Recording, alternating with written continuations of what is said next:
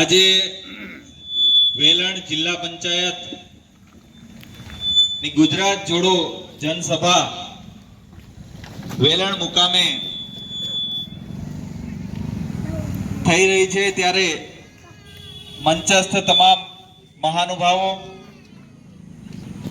તથા સામે ખુરશી પર બેઠેલા તમામ વડીલશ્રીઓ, યુવાનો, બહેનો અને આજુબાજુમાં થી જે લોકો આ મારી વાત સાંભળી રહ્યા છે એ તમામ ગ્રામજનો, મિત્રો, આપણને બધાને ખ્યાલ છે કે ઘણા સમયથી આપણા ગુજરાતની અંદર ભાજપ એ રાજ કરી રહી છે અને કેન્દ્રની અંદર પણ 2014 થી ભાજપ સરકાર છે એ જ કાર્ય કરી રહી છે. હવે આ જે એમનો વિકાસની વાતો થઈ રહી છે, એટલે આપણે થોડીક વિકાસની વાત પણ કરીએ કે વિકાસ થયો છે અને આ વિકાસ કોનો થયો છે. હવે આપણે એ પ્રશ્ન આપણા અંતરાત્માને પૂછવાનું છે. તો થોડાક સમયની અંદર સારો બંગલો, સારી ગાડી, થોડાક વીઘા જમીનો, આ બધું લઈ અને વિકાસ કરે છે. હવે એમાં આપણો વિકાસ ક્યાં છે? સામાન્ય માણસનો વિકાસ ક્યાં છે? આપણે કોઈને પૂછવા જવાની જરૂર નથી. આપણે અંતરાત્માને પૂછવાનું છે, આપણા દિલને પૂછવાનું છે કે આ વિકાસ કોનો?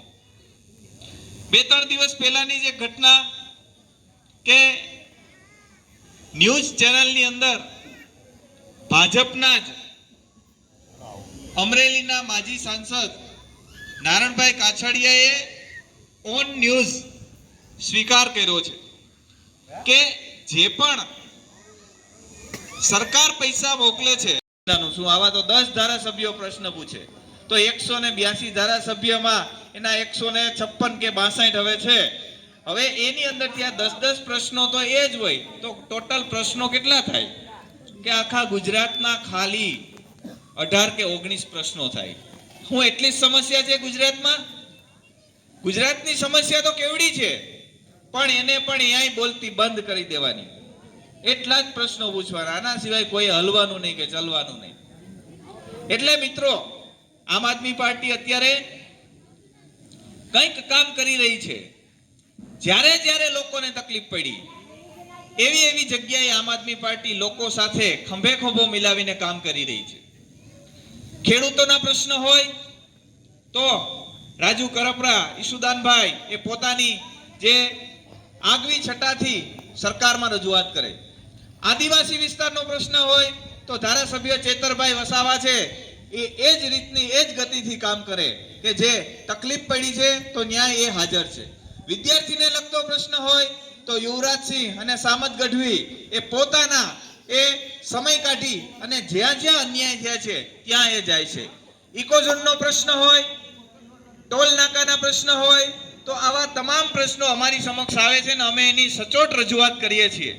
અહીંયાથી કોઈ પણ જગ્યાએ આપણા જિલ્લા પ્રમુખ છે તો તમે જોતા જશો કે ગમે ત્યાં કોઈ પણ નાની મોટી તકલીફ હોય તો એ પોતાનું ફેસબુક લાઈવ પવન ચક્કીવાળાની સામે પણ કર્યું, સફાઈ કરી.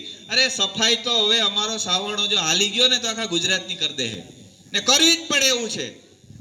અંતરાત્માને પૂછો કે શું કરવાની જરૂર છે અને ધીમે ધીમે જાગૃત થશું અને આગામી વિધાનસભા કે જેની તૈયારી રૂપે આપણે અત્યારે તાલુકા પંચાયત, જિલ્લા પંચાયતો અને એની અંદર સક્રિય સભ્યો જો કામ કરશે તો આપણે અહીંયા સુધી પહોંચી શકશું.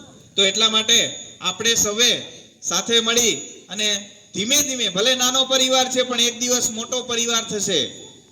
તમને ખ્યાલ હોય તો 70 વર્ષથી કોંગ્રેસ શાસન કરતી, ભાજપ જ્યારે 0 લેવલેથી 2 સીટ પહેલી વખત એને મળી હતી, આપણે તો 5 મળી, એના કરતા આપણે તો આગળ છે.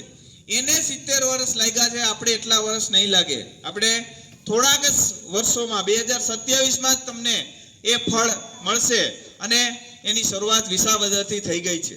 એટલે હવે પછી જાગૃત થવાની જરૂર છે અને જાગૃત થઈ અને ભવિષ્યની અંદર આપણે આમ આદમી પાર્ટીની સરકાર બનાવીએ એવો આપણે નિર્ધાર કરવાનો છે અને ખાસ તાલુકા અને જિલ્લાની અંદર આપણા જેમ બને એમ વધુ સદસ્યો અને સભ્યો બને એવા આપણે પ્રયત્નો કરશું એટલું કહી અને મારી વાતને વિરામ આપું છું.